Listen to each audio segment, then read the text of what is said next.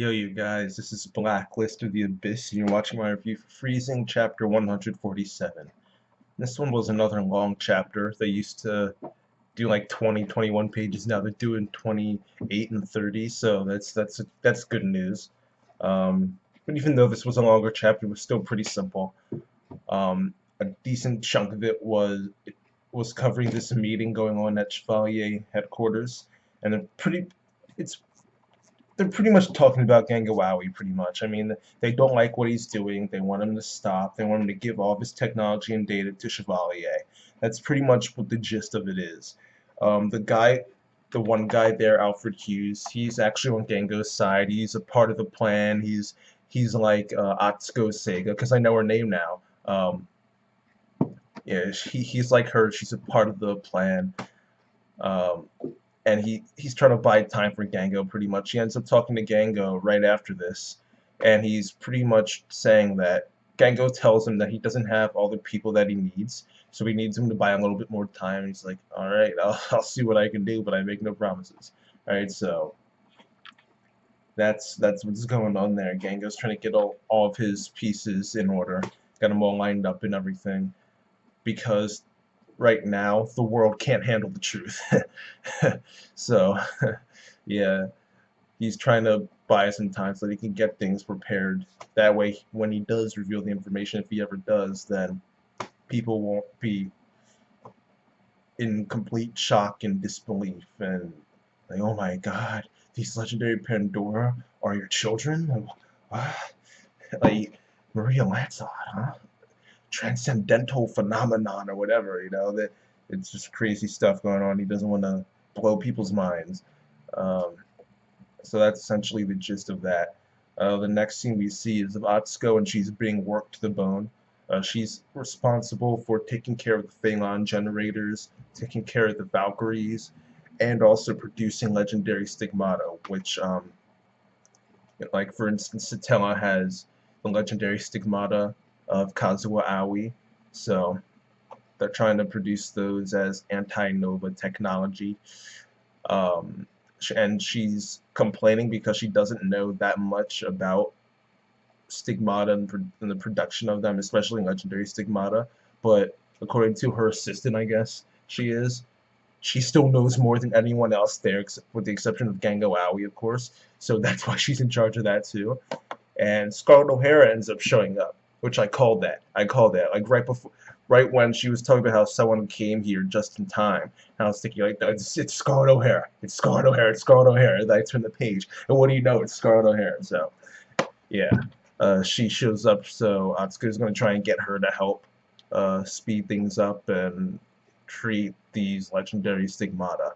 Um, we saw this speech that this one random guy was making to a bunch of random Pandoran limiters. Kazuya was the only one we saw there who we actually know.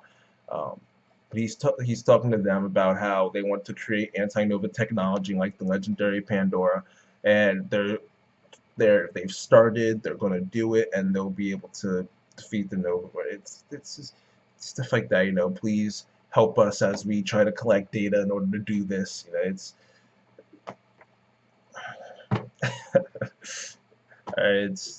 okay.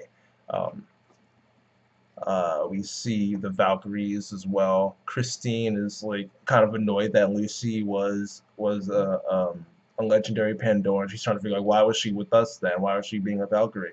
Like she's just confused, and she wants to know, and she's annoyed that she doesn't know what's going on. And Oka tries to calm her down, calm the others down, tell them what they need to do, just keep doing what they're doing. There's that party that Gangawawi he made last chapter, um, and they say, we can, Oka, that is, says, we can go to that, it's fine, we can get some information too. So they're going to go to the party. Apparently this is going to be something that's actually featured in the manga, so it's not going to be something that's skipped over. It's actually going to be in there, so I guess something might happen here. I mean, maybe some interactions between Kazuya and Rana and Satella and all the others. Um, Speaking of all the others, Jesus Christ, Elizabeth. for some reason, Ticey Fennell wants Elizabeth to become president. All right, thankfully she said no. I don't know what Ticey was thinking with that. Right, Elizabeth is the girl. Like, why would a Pandora want to listen to Elizabeth when Elizabeth is the one who betrayed who betrayed them and fought against them in Alaska? Like, why would someone want to want someone like that as their leader? Someone who leads using their emotions rather than actual common sense. Like, I'm sorry, I'm just not a fan of Elizabeth. I'm really not. I'm just not a fan of Elizabeth.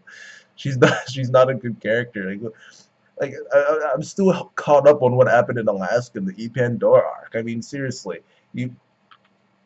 this girl takes Mark 4, all right, or Mark 5 or whatever, and she tells you she's going to transform into a Nova. It's only a matter of time. She will turn into a Nova. Yet you still try to help her and get her outside to where innocent civilians are, knowing she's going to transform into a Nova. Like, that's just beyond common sense to me. I have no clue what was going through her mind, how she thought that was the right choice. Trying to get a Nova outside so we can kill people. Like, whose side are you really on here? I'm sorry. I just don't like Elizabeth. That's probably never going to change. Elizabeth is just not a good character in my opinion. She made some stupid choices, and because she's Elizabeth, a bunch of other people followed her. All right, and she got this team together to fight against the side that was right. All right, Chevalier can do some messed up things. What they were doing with the Pandora was not awesome or anything like that. It was kind of messed up, but at the end of the day, it's an ethical dilemma, and at the end of the day, Chevalier decided, specifically Mark Spencer, he decided, you know what, I'm going to pull that handle on the railroad and force the train to go over this one person instead of sitting back and doing nothing while the train runs over 5 people. All right, he made the decision to do the tough choice and do what was right. Right. I mean, not right, but right. All right. So, I mean, if I had to choose between sacrificing a few Pandora and I had to weigh that with saving the entire world from Nova by successfully creating Pandora who weren't legitimate Pandora before, like who weren't naturally compatible with Stigmata. Like like you'd have to go with the saving the world part instead of, you know, I mean, I don't want to sacrifice these girls, but you know what? No, I won't. Let's just settle for having the Novas destroy us all. Like it's a tough choice to make. It's an ethical dilemma, but they made the right one. Mark Spencer's not an idiot, all right? He made himself look like the bad guy because he knew what he was doing was messed up, but he still knew it's something that had to be done, all right? But Elizabeth couldn't see that no matter how much Char and Julia Moonberg tried to tell them, they still wouldn't open their ears and listen to common sense. They thought that pushing a Nova outside and letting it kill civilians and destroy Alaska was the right thing to do. So I don't know, but I just don't like Elizabeth. I just don't like Elizabeth. All right. Luckily, she turned down becoming president. Like, I went on such a tangent. Yeah, that's really it for the chapter. That's all that really happened. Overall, I'll give it a 6.5 out of 10, and that 0.5 is mainly because of Scarlet O'Hara coming back, and a little bit because we learned someone else who's on Gangawawi's side, and Alfred Hughes.